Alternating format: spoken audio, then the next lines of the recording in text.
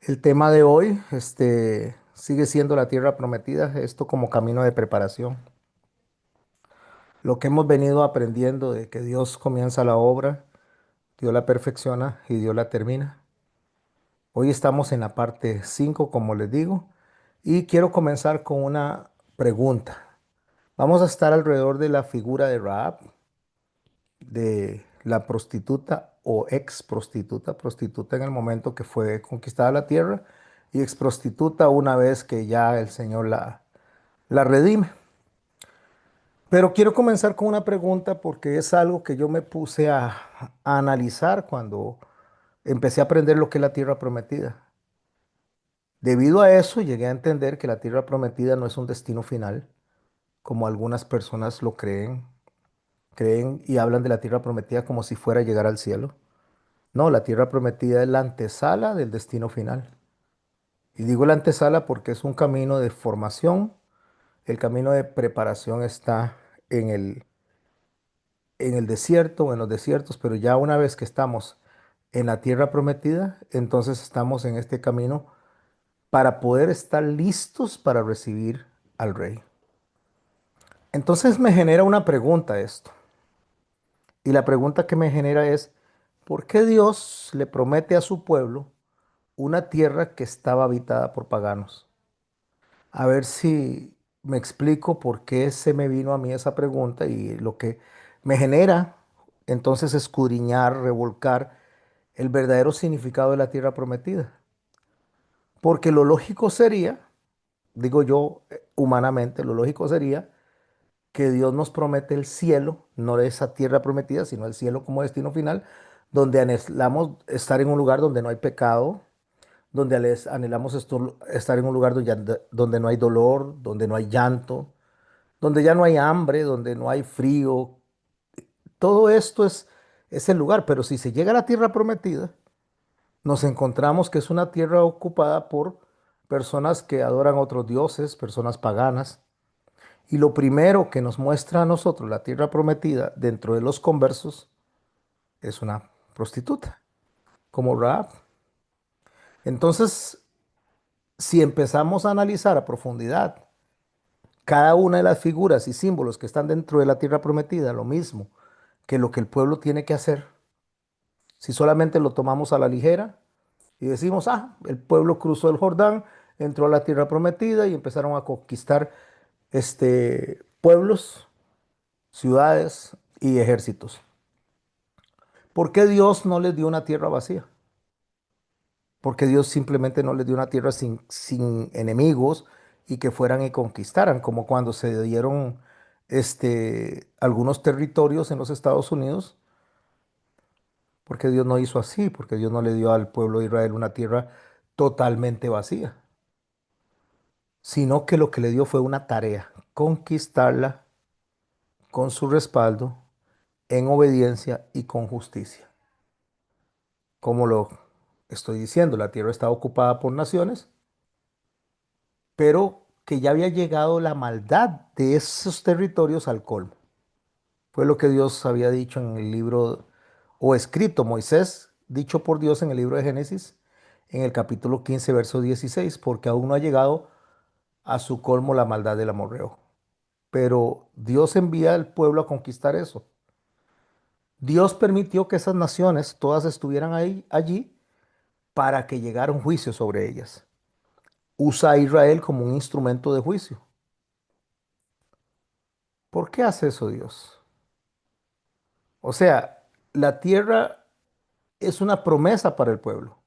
Eso está claro. Se le dijo a Abraham que esa tierra era de él y de su descendencia.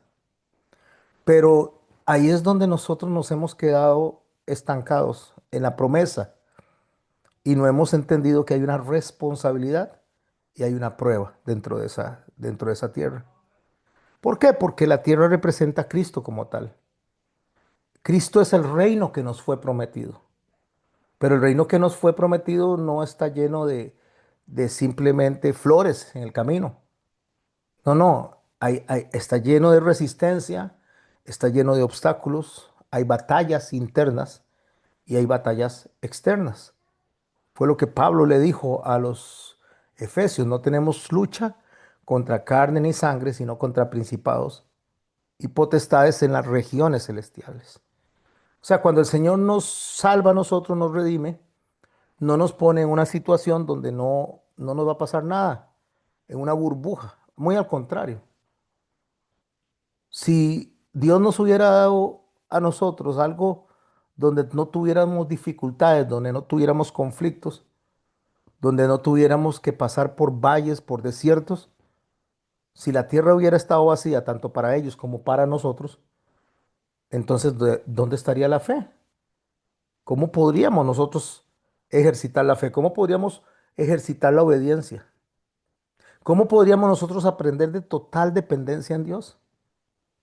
Así como Israel tuvo que desalojar fortalezas a través de confiar en Dios, a través de la fe, nosotros también, los creyentes de hoy, tenemos que cambiar mentalidades, tenemos que cambiar hábitos, tenemos que botar fortalezas espirituales, tenemos que alejarnos de ciertas personas, de ciertas circunstancias, para entonces nosotros poder empezar a encontrar realmente el propósito para el cual fuimos llamados. Si no, no podríamos. Pablo le dice a los corintios que las armas de nuestra milicia son poderosas para la destrucción de fortalezas.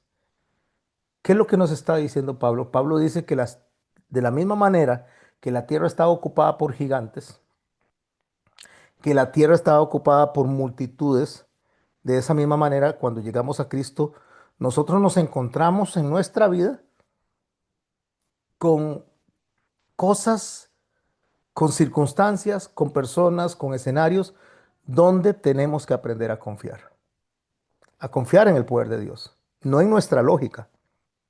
Es el problema, que nosotros usamos nuestra lógica, utilizamos nuestra forma de resolver, creemos que nuestra agenda, que nuestro plan es el que va a prosperar y no es el plan nuestro el que va a prosperar. Entonces Dios viene y nos hace una zancadilla para enseñarnos a nosotros que aunque estemos en medio de tinieblas, aunque estemos en un lugar donde no hay luz, Él es la luz ahí.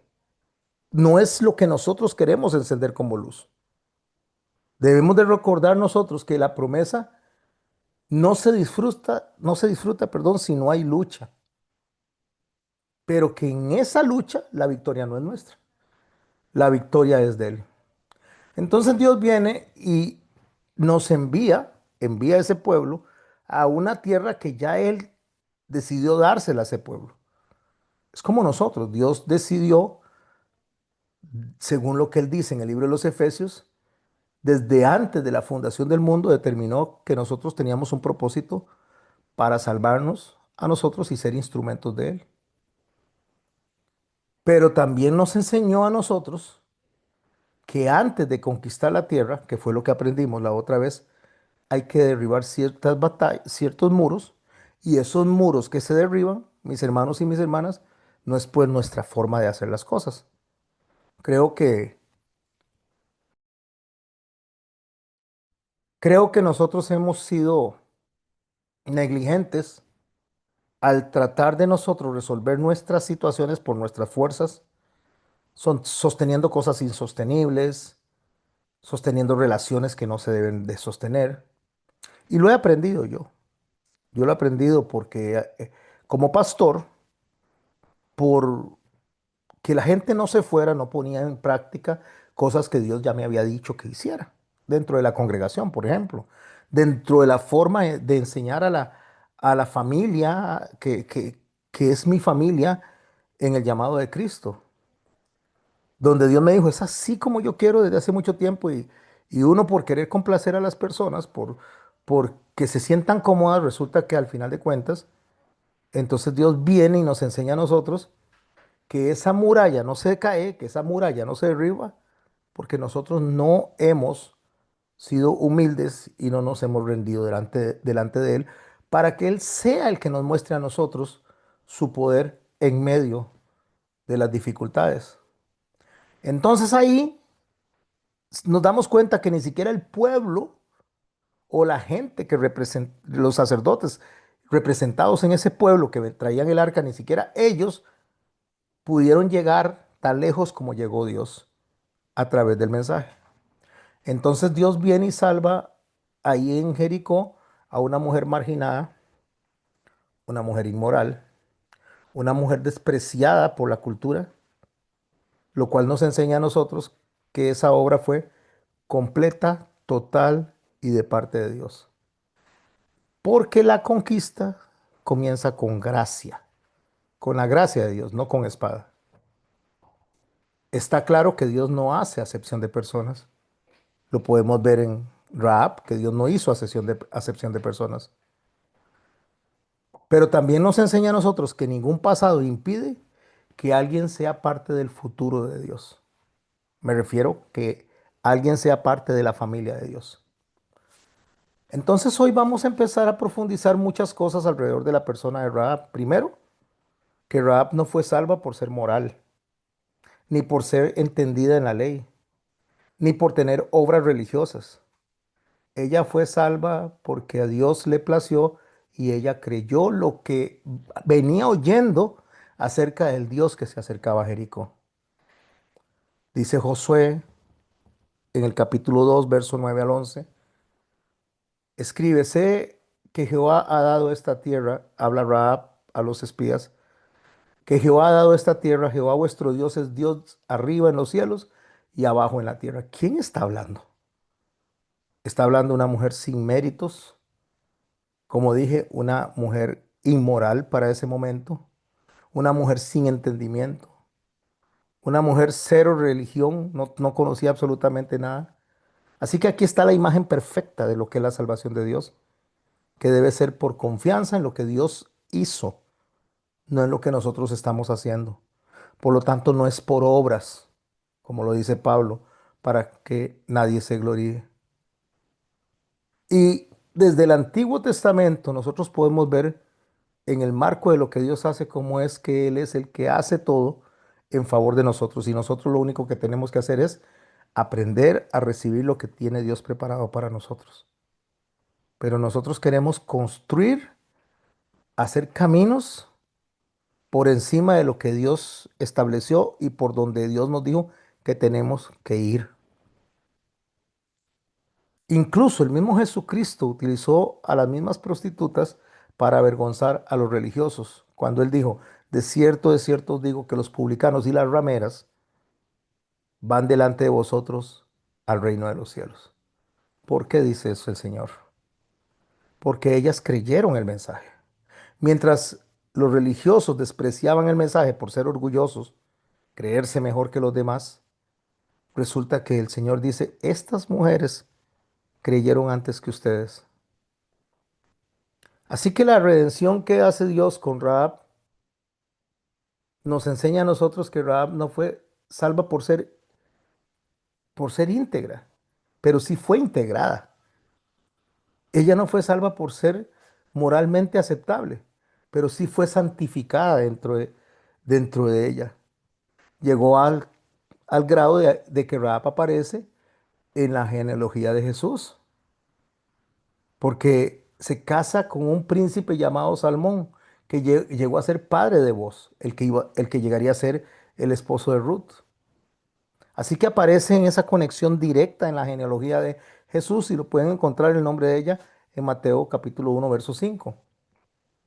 Esa ex prostituta toma una relevancia en la misma Biblia, porque lo que el texto nos dice es que no importa de dónde vienes, sino en quién crees.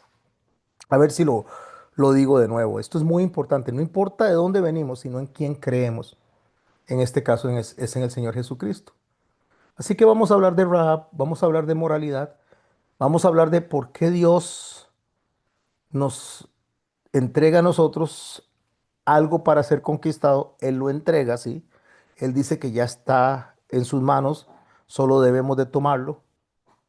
Pero ¿por qué nos deja a nosotros la responsabilidad de conquistar? Hablando de lo que está pasando ahí, hay dos hombres que llegan a la casa de Rahab y ellos habían hecho un juramento. Eso lo puede leer en Josué 2, capítulo 2, verso 14. Cuando nosotros vemos lo que ellos le dijeron a Raab, podemos profundizar realmente lo que es la conquista y la forma en que se conquista.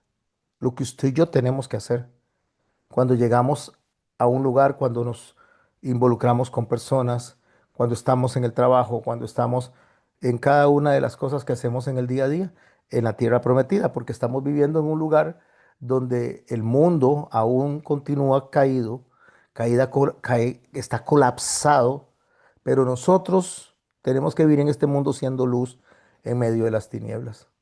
Estos testigos llegan y le dicen a Rahab, le ponen unas condiciones, le dicen lo que ella tiene que hacer para que sea salvada por ellos, por por el ejército que está llegando, que deben de poner, ella debe poner un cordón rojo carmesí para que entonces ellos puedan ver por la ventana que ella lo pone donde está y destruyen todo lo alrededor menos a ella. Pero recordemos que es Dios quien hace caer los muros y no deja caer ese muro donde está, porque la figura de el rojo carmesí es la figura de Jesucristo. Lo que le dicen estos espías a Rahab es: nuestras vidas responderán por las vuestras. O sea, él dice: nosotros vamos a morir por ustedes si no hablas de esto con nadie. Aquí vamos a profundizar más adelante. Ahorita no sé si me va a dar tiempo porque vamos a hablar un poquito de moralidad hoy en día. Pero podemos profundizar que Rahab va a usar una mentira para salvar a estas personas, y aquí nos empieza a causar un montón de preguntas. ¿Por qué Dios respalda a una mujer que está mintiendo? Y no porque sea mujer, sino porque está mintiendo. Lo hizo con Abraham. Abraham mintió también cuando le cedió su esposa al faraón. Él había mentido, pero aún así Dios lo respalda. Hay cosas que uno se pregunta y dice: ¿por qué Dios hace eso? Hoy vamos a aprender acerca de eso. Hoy o el viernes estaremos alrededor de este tema. Los espías, en particular, hablando de ellos que eran emisarios del pacto, no eran solo espías por eso, eran emisarios del pacto. Y los pactos delante de Dios no son solamente promesas, mucho menos promesas humanas, sino que delante de Dios un pacto es un compromiso sagrado para con Él. Un pacto no se rompe sin consecuencias delante de Dios. Si el pacto se rompe, van a haber consecuencias, porque el pacto es una alianza que está sellada con el carácter mismo de Dios. Así es como lo afirma Moisés en Deuteronomio capítulo 23, a partir del verso 21. Dice así el texto: cuando hagas voto a Jehová Dios, no tardes en pagarlo. Escuche, cuando hagas voto es cuando haga una promesa a Dios, no tarde en pagarla. Si usted le promete algo a Dios, tiene que cumplirlo. Si yo le prometo algo a Dios, tengo que cumplirlo. Lo que hubiere salido de tus labios, dice Moisés, guardarás y lo cumplirás conforme lo prometiste voluntariamente.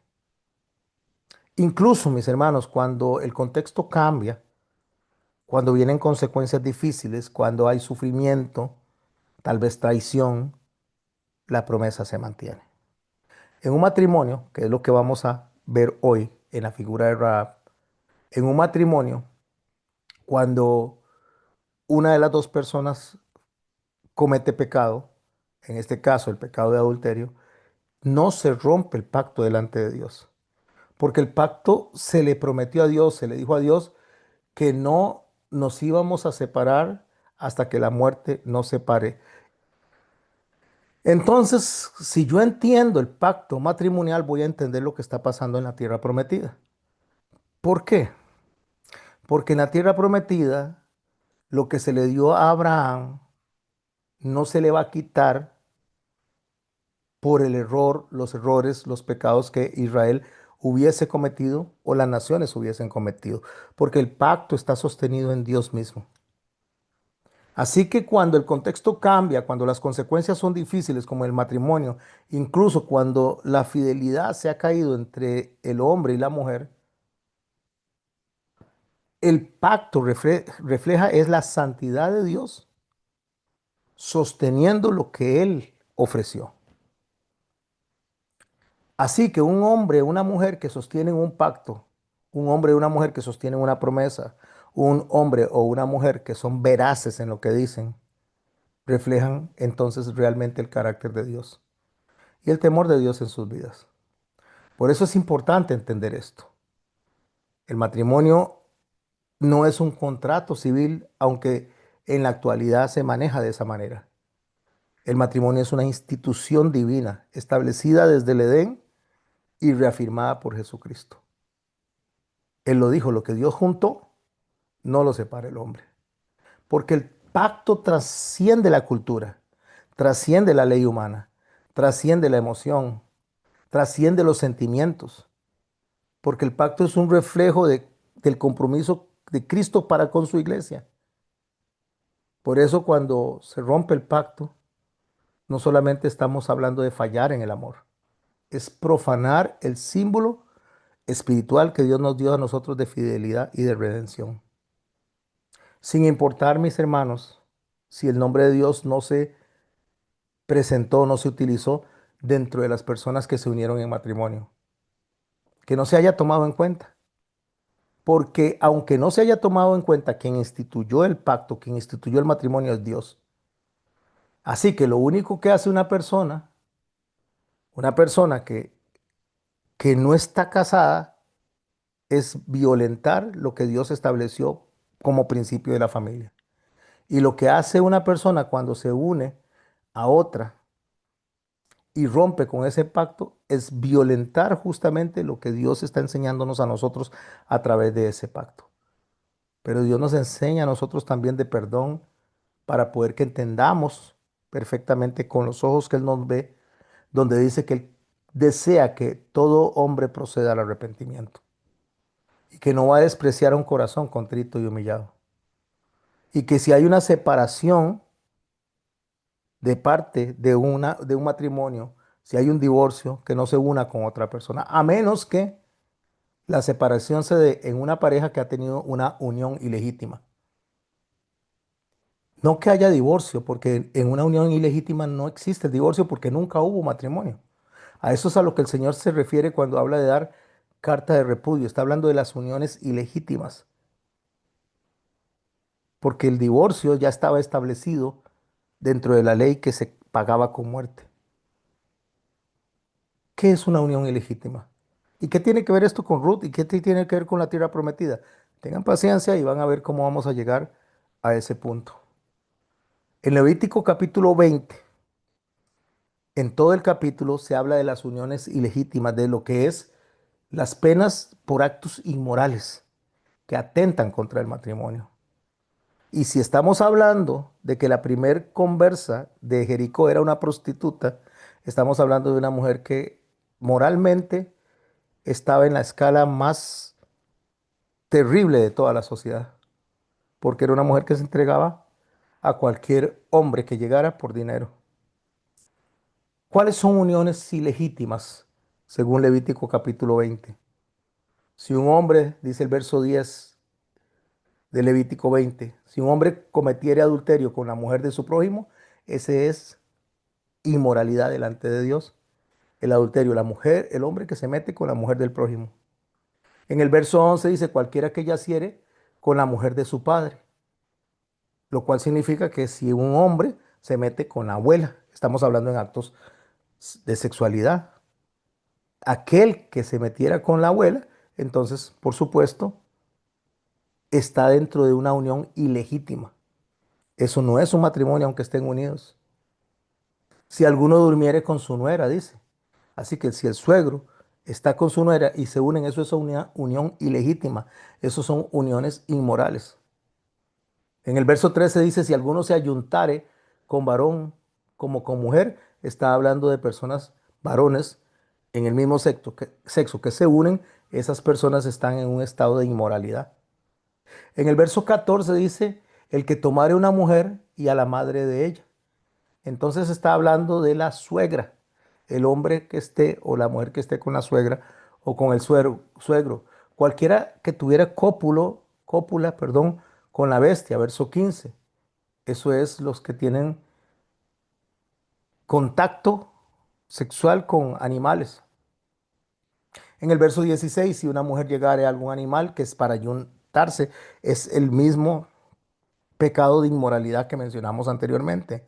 En el verso 17 dice, si alguno tomare a su hermana, hija de su padre o hija de su madre son aquellas parejas que se unen en matrimonio, comillas, recuerde que estoy diciendo no son matrimonios, pero así lo dice la sociedad hoy en día, se unen, eso es una unión de inmoralidad sexual. Delante de Dios eso no es un matrimonio. Cualquiera que durmiere con una mujer menstruosa, dice. O sea, tener relaciones cuando la mujer está menstruando delante de Dios, eso es inmoralidad. La desnudez de la hermana, dice el verso 19, de la hermana de su madre o la hermana de su padre, o sea, con las tías o con los tíos. No debe de unirse sexualmente, no debe de unirse en el supuesto, comillas, matrimonio. Son uniones ilegítimas, son uniones inmorales. Cualquiera que durmiere con la mujer del hermano de su padre, está hablando con el tío. El verso 21 dice, el que tomare la mujer de su hermano, o sea, la cuñada o el cuñado. Todo eso, el Señor dice que eso es inmoralidad sexual. Y resulta que cuando entendemos ese entorno de lo que es inmoralidad sexual, es lo que se encuentra en la tierra prometida. De primero, el pueblo de Israel. Lo primero que tiene que conquistar. ¿Por qué Dios nos presenta este escenario? ¿Por qué Dios pone a un pueblo a pasar por todo un proceso de formación, un proceso en los desiertos donde tiene que empezar a botar lo que a Dios no le gusta para poder entrar a la tierra prometida y conquistarla, dejando que muriera todos los adultos que salieron de Egipto, pero Egipto no salió de ellos? Para que una juventud nueva se circuncide y entre a poner en práctica el pacto para poner en evidencia que Dios es el que está ahí para conquistar a estas personas. Esto es muy sencillo, bueno, no es sencillo, pero es de entender, mis hermanos y mis hermanas, que nosotros, al igual que el sol, nosotros debemos de brillar en cualquier lugar, aunque el hombre esté negando que el sol existe. Así que cuando hay este tipo de situación que se da, donde la gente se une en matrimonio, comillas, en matrimonios que no son establecidos por Dios, que no es del origen de Dios, entonces nos toca a nosotros reflejar a través de nuestra vida, a través de nuestros matrimonios, el testimonio de lo que Dios quiere para esa tierra prometida. Entonces este pueblo lo que tenía que hacer era ingresar y ser luz ahí donde las personas no querían que Dios llegara. ¿Y qué es lo que implica esto? Esto lo que implica es que Dios tiene peso aún en los lugares que Él ha sido ignorado. Dios tiene peso y debe ser recibido aún en los lugares donde Él ha sido rechazado. En Romanos 1:20 declara que Dios es el Dios de lo invisible y que se hace evidente en lo creado, especialmente en el matrimonio, especialmente en la estructura de lo que es el matrimonio. O sea que lo que Dios nos enseña a nosotros a través del pacto matrimonial es lo que Dios está haciendo allá, en Jericó, en la tierra prometida. Porque Dios se toma en serio los pactos, se lo prometió a Abraham y dice, allá vamos a llegar. ¿Qué fue lo que hizo el pueblo de Israel? Adulteró. ¿Qué fue lo que hizo el pueblo de Israel? Se mezcló con otras naciones. Entonces, cuando nosotros tenemos un compromiso con Dios y no nos lo tomamos a la ligera, no debemos de olvidar que para Dios sí es un compromiso serio y que Él espera que nosotros también lo hagamos de la misma manera. Cumplir con lo que prometemos es un acto de reverencia, es un acto de fidelidad, es un acto de obediencia. Y Dios empieza por enseñarnos a nosotros a cumplir con nosotros mismos, entre nosotros mismos. Porque podríamos cumplir con Dios, pero si no cumplimos con lo que nos prometemos entre nosotros mismos, entonces nosotros mismos estamos violentando la figura de lo que es un pacto y de lo sagrado que es un pacto. Que vuestro sí sea sí, dice el Señor, y que vuestro no sea no.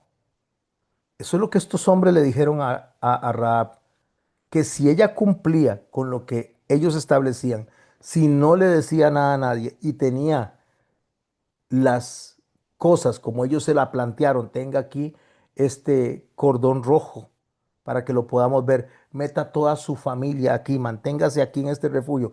Si lo cumple, nosotros vamos a cumplir con el compromiso, nosotros vamos a cumplir con lo pactado. ¿Por qué? Porque cuando nosotros abrimos la boca hacia otra persona y nos decimos creyentes, nosotros debemos de entender que nosotros estamos representando vivir en integridad y coherencia y temor de lo que Dios es. Nosotros tenemos que llegar a aportar una verdad personal, una verdad familiar, una verdad comunitaria en acciones correctas a través de nuestra vida, mis hermanos y mis hermanas. Nosotros tenemos que tener expresiones genuinas, no de boca, solamente expresiones, hablar por hablar. Cuando el Señor dice que no hagamos vanas repeticiones, mucha gente dice, ay, el Padre Nuestro o el Ave María, eso no existía en ese momento. ¿Qué son vanas repeticiones? Vanas repeticiones es cuando nosotros utilizamos nuestra forma de hablar y no cumplimos con lo que estamos diciendo.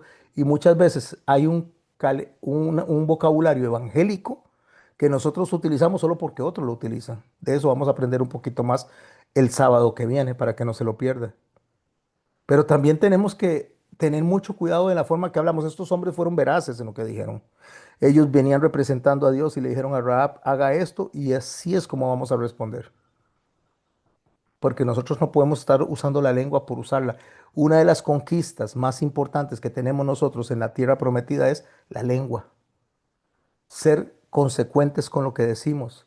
Una vez que el Señor viene a nosotros, una vez que el Señor viene a nuestras vidas, una vez que el Señor nos llama, nos rescata, lo más difícil de controlar es la lengua.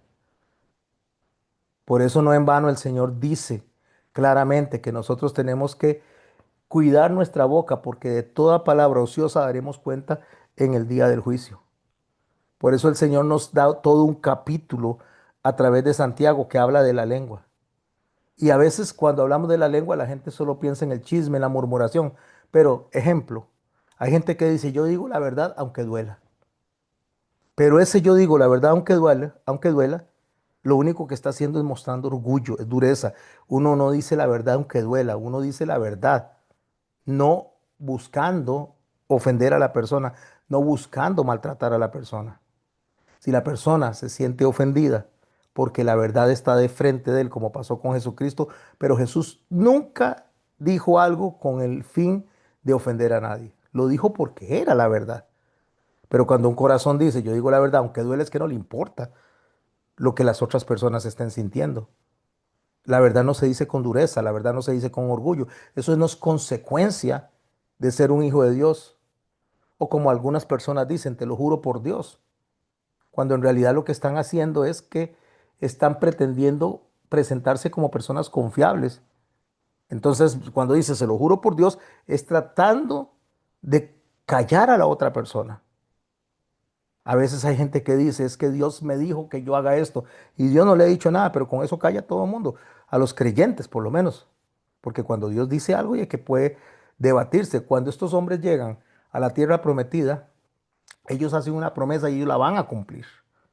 Porque cuando nosotros decimos algo, nuestro sí tiene que ser sí. Nosotros tenemos que tener un compromiso, un acuerdo, una cita con nuestras propias palabras. Debemos cumplir, aunque a veces resulte difícil, aunque a veces resulte incómodo, aunque a veces no querramos cumplir. ¿Por qué? Porque, ejemplo, si nuestros hijos nos ven a nosotros que les prometemos algo a ellos y no lo cumplimos, ellos van a crecer creyendo que la palabra no tiene peso. No podemos nosotros venir y estar utilizando un lenguaje evangélico solo por utilizarlo.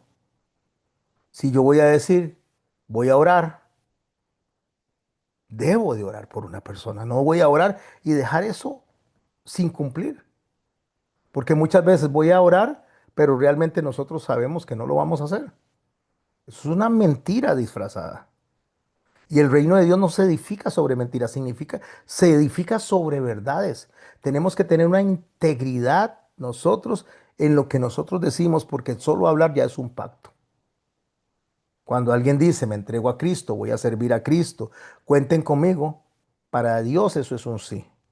Y Dios se lo tomó como cierto, como verás, y Dios espera que lo hagamos. Si nosotros empezamos a dejar que nuestras palabras salgan de manera impulsiva, sin meditarlas, y no las respaldamos con nuestras acciones, simple y sencillamente somos un montón de mentirosos.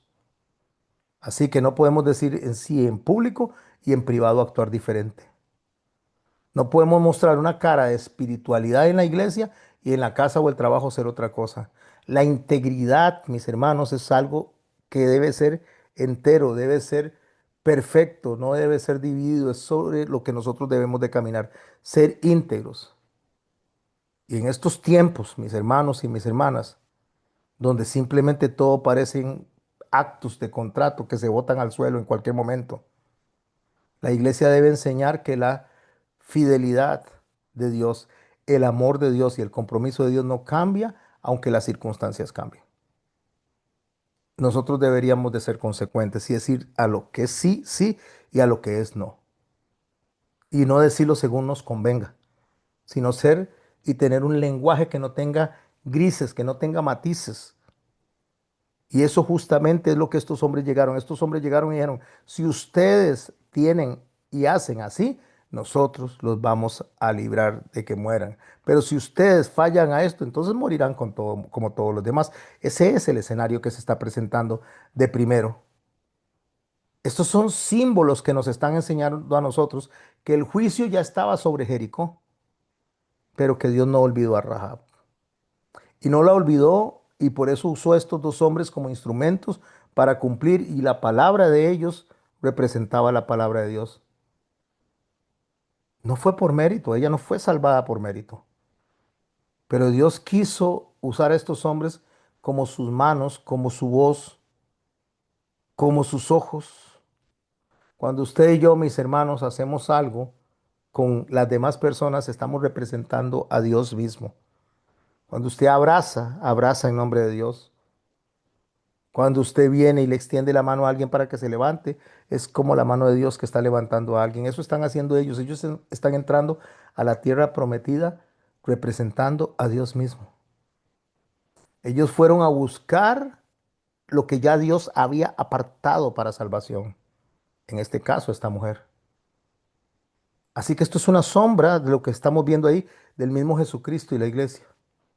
Jesús lo dijo, el Hijo del Hombre no vino a buscar y a salvar, perdón, el Hijo del Hombre vino a buscar y a salvar lo que se había perdido. Hoy usted y yo estamos enviados a entrar a la tierra prometida, a ir a sacar a Rahab de ahí. Cuando Dios nos envía a nosotros a la tierra prometida no significa que nos está enviando a un lugar donde no hay aflicción, donde no vamos a tener problemas, donde no vamos a tener que luchar. Él nos está enviando antes de que el juicio llegue, pero ya hemos sido formados, ya hemos sido preparados, ya hemos pasado por los desiertos. Entonces estos dos hombres es lo que están tipificando, es ese mensaje misionero que el Señor manda a las casas que están marcadas para sacar a los creyentes que ya Dios ha escogido. Aquí es donde podemos observar bien que Rahab básicamente es la figura de lo que Dios hace en aquellas personas que viven en lugares totalmente distantes a la misma iglesia, al mismo pueblo de Dios, porque cuando Rahab es rescatada dentro de la tierra prometida, enseña que ella vivía en la tierra prometida, en una tierra que estaba llena de inmoralidad, pero que ella no estaba fuera del pacto. Aún cuando era una gentil, aún cuando era una marginada, aún cuando era una prostituta, aún cuando no tenía conexión natural con el pueblo de Dios. Esto lo único que nos enseña a nosotros que el hecho de que ella habitara en ese lugar no era tampoco significado de que estaba perdida, aunque estuviera habitando ahí. Como tampoco es sinónimo ni garantía de estar en el reino de los cielos una persona que está en la iglesia, que se congrega, que se disipula. Eso no es ninguna garantía, porque para alcanzar realmente salvación no es por mérito. Para alcanzar salvación y ser rescatado antes del juicio es solamente por la gracia de Dios. Rahab no fue salva por su propia justicia. Ella misma lo dijo. Oímos que Jehová secó las aguas del Mar Rojo y se desmayó nuestro corazón, le dijo a los espías. Cuando ella actúa porque oyó lo que no había visto. Escuche, oyó lo que no había visto aún. Ella actuó solamente porque creyó, aunque ni siquiera sabía quién era Dios ni lo que estaba pasando. Creyó que el pueblo estaba siendo protegido por Dios y que ese pueblo, ese territorio de Jericó le iba a ser entregado a él, que le iba a ser entregado a Israel. Pero Rahab, si usted lo analiza, Dios no le exigió conocimiento doctrinal. Dios no le exigió que tuviera una vida previa intachable. Solo le pidió obediencia. Ponga ese cordón ahí. Y si ese cordón está ahí, toda su familia está dentro de la casa, se va a salvar. Ponga el cordón escarlata y espere. Eso era lo que tenía que hacer ella. Solamente es la gracia del Evangelio de Dios que rescata al que cree, aunque tenga un trasfondo de familia rota, aunque tenga un trasfondo de su propia vida hecha un desastre. Porque los espías lo único que están representando en Rahab, que no son solo observadores, ellos vienen a hacer y a poner en práctica el pacto que hicieron con ella. Le dieron una señal, el cordón rojo, y cuando volvieron a rescatarla, eso estaba ahí. Ellos son figuras de lo que el Espíritu Santo hace en las personas cuando nosotros llegamos antes del juicio, para rescatarlos, para extenderle la mano. Usted y yo no los salvamos, los salva Dios, pero Dios nos usa. Aunque Rahab miente para proteger a los espías, porque eso es lo que parece que estuviera bien la mentira, pero la Biblia jamás aprueba la mentira. Pero la Biblia no oculta nunca los fallos humanos tampoco, porque no vamos a justificar el método, lo que vamos a resaltar es la fe. No vamos a hablar que Rahab fue justificada por no mentir, no, no, ella mintió, pero ella tuvo una disposición de ponerse del lado de Dios, aún sin conocer los códigos éticos del reino de los cielos. ¿Qué significa eso, mis hermanos y mis hermanas? Que Rahab vivía en un sistema completamente pagano. No conocía la ley, no conocía los mandamientos, no conocía el carácter de Dios, pero cuando oyó que Dios había enviado al pueblo de Israel y lo que había hecho, decidió cambiar de bando, pasarse del bando de Jericó al bando de Dios. Y esa fue la decisión que, aunque fue imperfecta porque mintió, fue perfecta en la intención porque creyó y se alineó a Dios.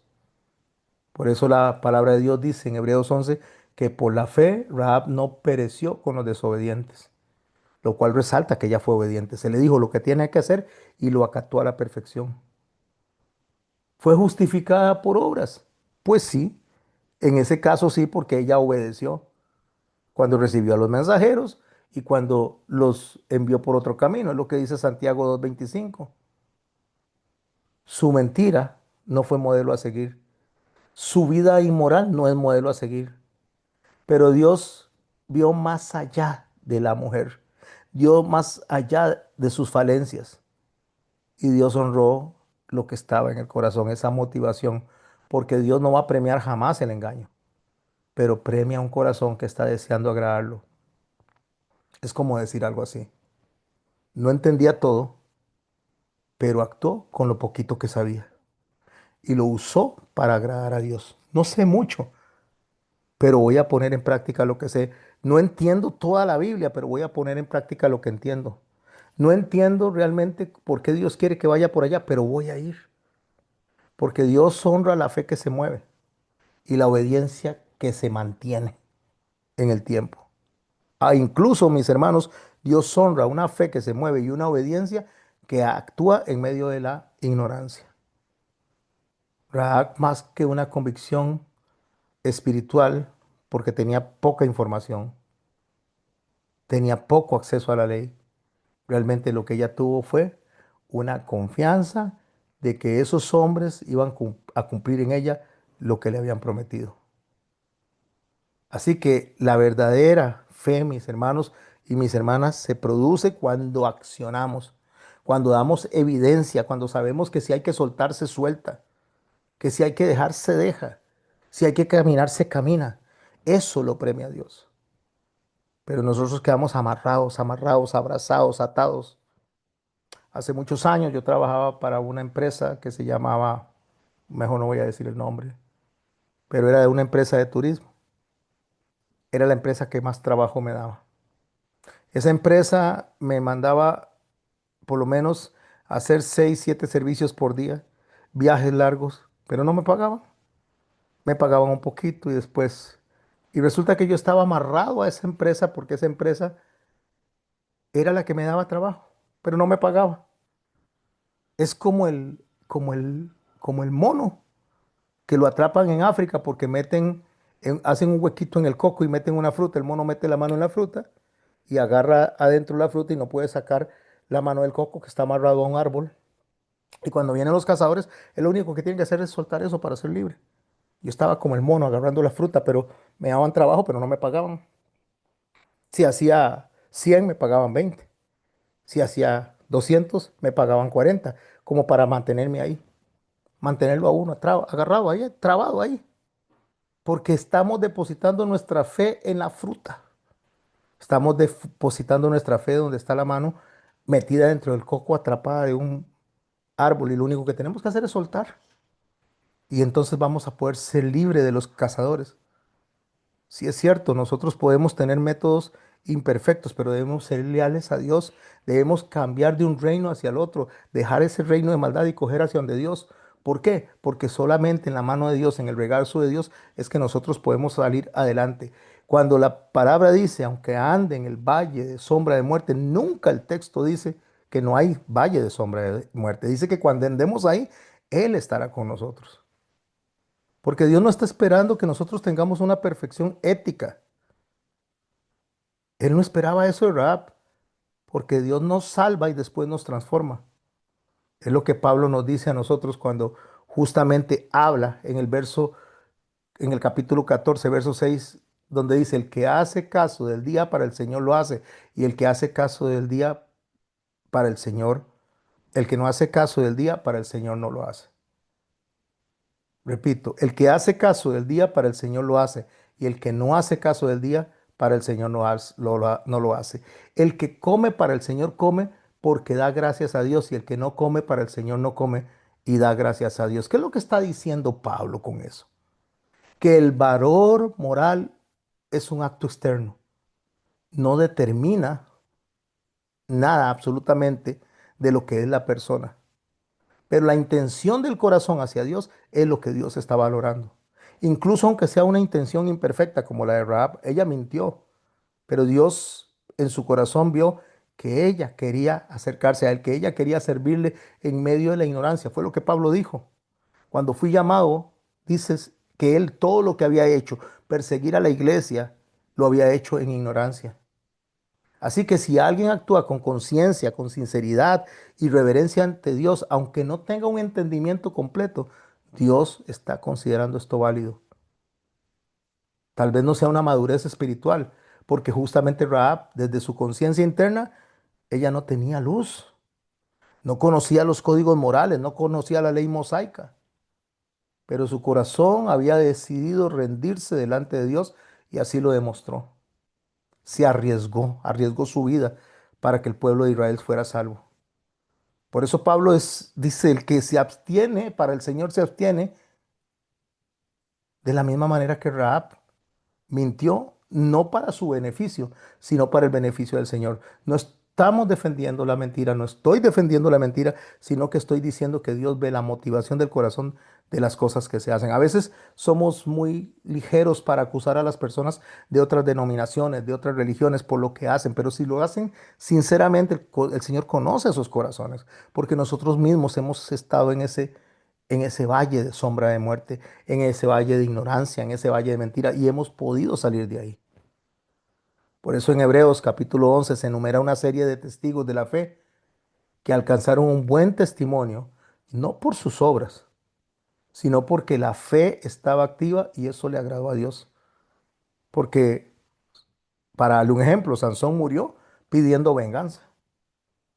Gedeón hizo un efod que terminaron adorando, pero al final, dentro del corazón de ellos, en medio de la ignorancia, si observamos la vida de esos hombres y de esas mujeres, en medio de las contradicciones, en medio de los tropiezos, vemos que eran personas que querían agradar a Dios. Hay motivaciones, mis hermanos, que son raras, que uno dice, pero ¿por qué Dios aprobó a estas personas? Como Noé, para darle un ejemplo, que se embriagó, pero obedeció cuando estaba construyendo el arca. Cuando aún no llovía, ni una gota caía. Entonces eso fue lo que lo puso a él en medio de lo que es el, la vista de Dios y decir, este es el hombre que yo voy a salvar. No por lo que él hizo, porque lo que él hizo más bien al final terminó emborrachándose, sino porque lo que Dios iba a hacer en ese hombre que deseaba agradarlo a él. Abraham, el hombre de la fe, mintió sobre su esposa 2 veces por temor a ser asesinado. Pero fue aprobado porque cuando tuvo que ofrecer a Isaac, él no lo pensó. Creyó en Dios y le fue contado por justicia, dice la palabra de Dios. Sara se rió con incredulidad cuando le dijeron que iba a quedar embarazada, pero al final creyó de que era fiel quien estaba haciendo la promesa. Jacob, un manipulador, un engañador, engañó a su padre, a su hermano, tenía ese tipo de actos, pero al final terminó adorando sobre un bastón, reconociendo la soberanía de Dios sobre su descendencia. Moisés mata a un egipto, un hombre que se le llamó el hombre más manso del mundo, pero cuando tuvo que rechazar ser llamado hijo de Faraón, prefirió, dice Hebreos 11, los vituperios de Cristo. Y así podemos ver cómo David adulteró, asesinó, conspiró, pero al final de cuentas Dios le dice que es un hombre conforme al corazón de Dios. No por él, no por lo que él hizo, sino porque llegó a quebrantar su espíritu con una fe profunda delante de Dios. Así llegamos a Rahab, una mujer que mintió porque venía de un trasfondo pecaminoso. Ella pensó que esa era la forma correcta de sacar adelante la tarea que le había sido asignada, pero reconoció a Dios como el verdadero Dios y actuó en favor de ese propósito. Y así podemos hablar de muchos personajes que se equivocaron, como todos los que acabo de mencionar, porque la fe que responde al llamado de Dios, aunque sea imperfecta, cuando se dispone el corazón delante de Dios, incluso cuando no se comprende ni siquiera la ley moral, esa fe, mis hermanos, que no tiene mérito, haya mérito en el sacrificio de Cristo. Porque Dios no se avergüenza de aquel que decide entregarse a Él aún en medio de la ignorancia, aún en medio de de las diferentes aflicciones por las que pasa. Por eso Dios dice que Él no se avergüenza de llamarse Dios de ellos. Eso es poderoso. Dios no se avergüenza de identificarse con personas fallidas que se equivocaron, pero Él las redimió. ¿Qué es lo que debemos saber entonces? Debemos de aprender, mis hermanos, entre lo que es el error doctrinal y la ignorancia, entre la rebeldía contra la verdad y el conocimiento. Eso es lo que tenemos que aprender. Tenemos que aprender que Jesús dice, perdónalos porque no saben lo que hacen a los que están en ignorancia. Y otra cosa es a los que sí conocen y están en rebeldía. Hay una gran diferencia. Es lo mismo que ocurre en las religiones y en las iglesias de hoy. Hay personas que tienen una teología incompleta, una teología errada, pero tienen un deseo genuino de adorar a Dios. Son personas que aman a Dios, aunque el entendimiento sea limitado. Y ahí es donde Dios dice en la boca del profeta Malaquías, porque yo Jehová no cambio, por eso hijos de Israel, hijos de Jacob, no habéis sido consumidos. Dios no nos destruye no porque lo merezcamos. Dios nos destruye porque Él es fiel a su promesa. Él envió a estos hombres y ellos le hicieron una promesa a Rahab como el matrimonio que hablamos y como toda la inmoralidad, toda la forma que sea contraria a lo que Dios establece tiene que ser raída, tiene que ser arrancada desde la raíz. Pero sí, mis hermanos y mis hermanas, debemos de ser consecuentes con nuestro sí, que nuestro sí sea sí y nuestro no sea no. Tenemos que ser sinceros, aun cuando tengamos errores doctrinales. Tenemos que ser sinceros porque Dios no nos va a desechar a nosotros porque tengamos errores. Dios nos manda a que nos preparemos. Dios lo que está viendo no es una teología perfecta, está viendo un corazón que lo ama. Porque ¿quién teológicamente es perfecto? No existe nadie que sea teológicamente perfecto. Solo Jesucristo es teológicamente perfecto. Rahab no conocía esos códigos del reino, no conocía absolutamente nada, pero sí le bastó lo suficiente para escuchar a dos hombres que le dijeron cómo tenía que hacer y cómo tenía que permanecer mientras ellos llegaban. Entonces, hay creyentes, mis hermanos, que están un poco desalineados, pero cuando alguien llega y les dice, hay que corregir, hay que poner, hay que caminar por acá, entonces dice, ah, sí, voy a caminar por acá, voy a hacer esto, porque entienden, aprenden, perdón, a obedecer a Dios en su palabra y en el mensaje correcto que les está llegando, porque Dios sabe muy bien lo que es ignorancia y lo que es rebelión. Así que no condena por la falta de conocimiento, aunque el conocimiento hace que salgamos destruidos. El desconocimiento, perdón, hace que salgamos destruidos. El problema es el orgullo de negarse a aprender. El que come, para el Señor come, dijo Pablo, y el que no come, para el Señor se abstiene. Si alguno piensa que sabe algo, dice Pablo a los Corintios, aún no sabe nada como debe saberlo.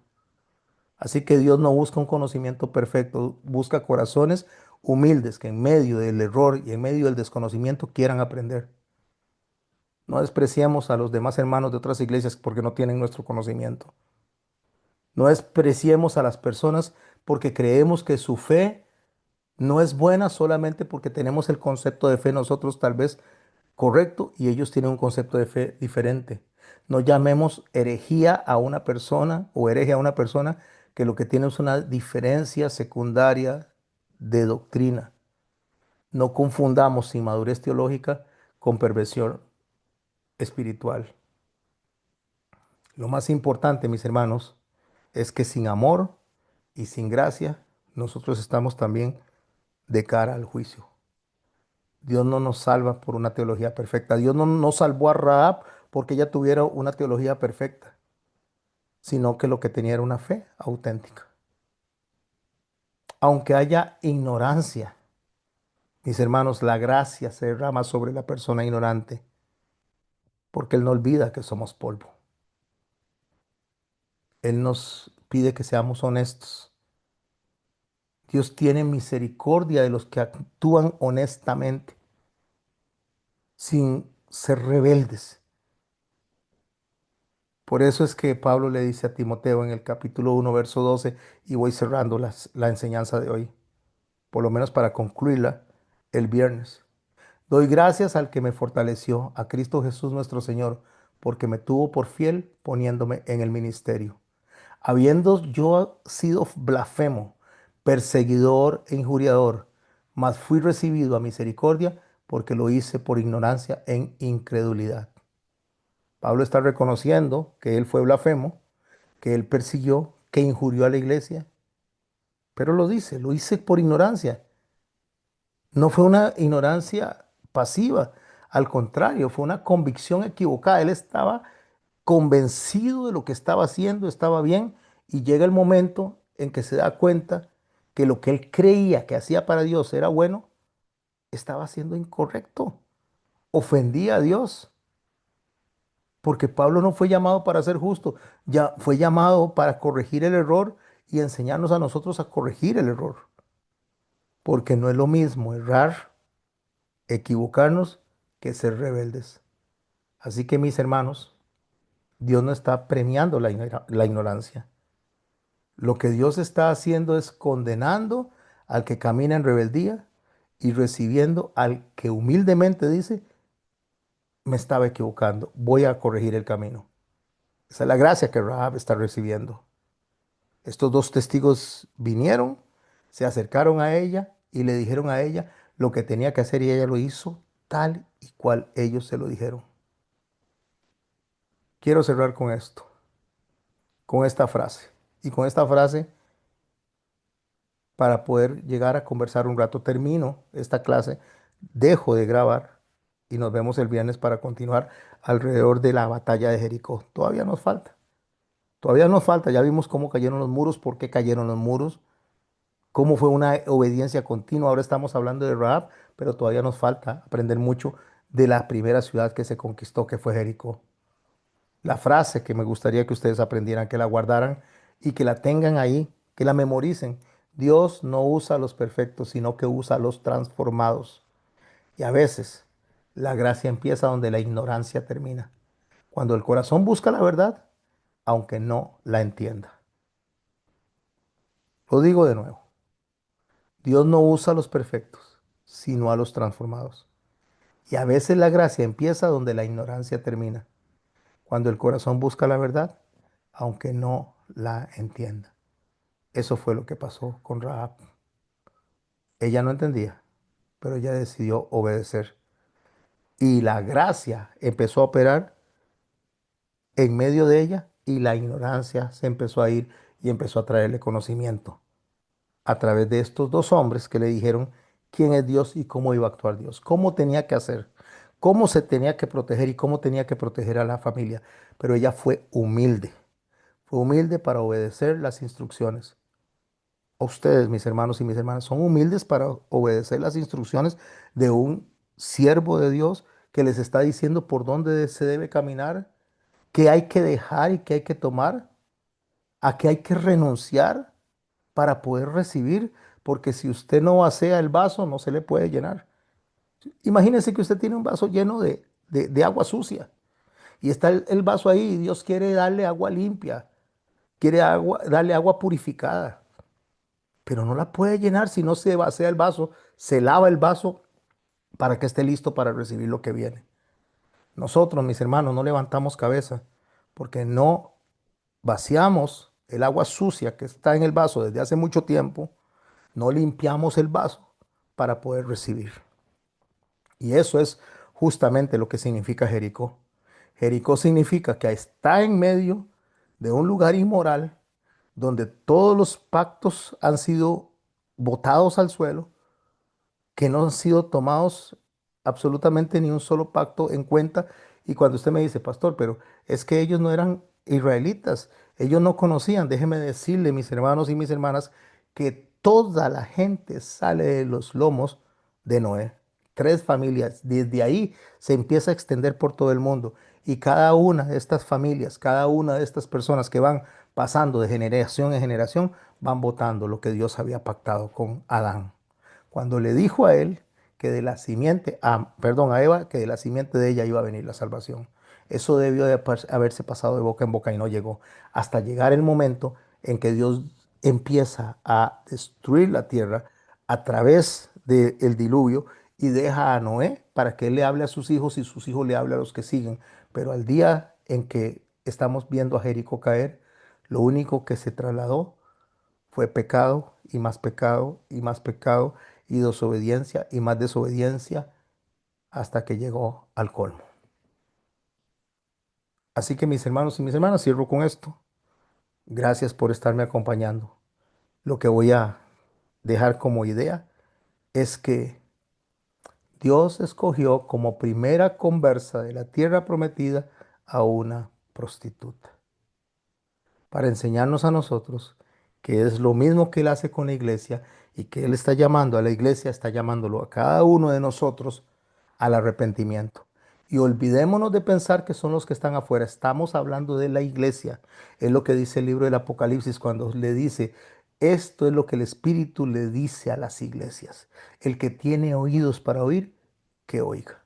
No le está diciendo a los inconversos, le está hablando a la iglesia. El que tiene oídos para oír, que oiga, porque he querido que se arrepientan y no lo han hecho. Por eso los arrojaré en cama, porque no se han arrepentido.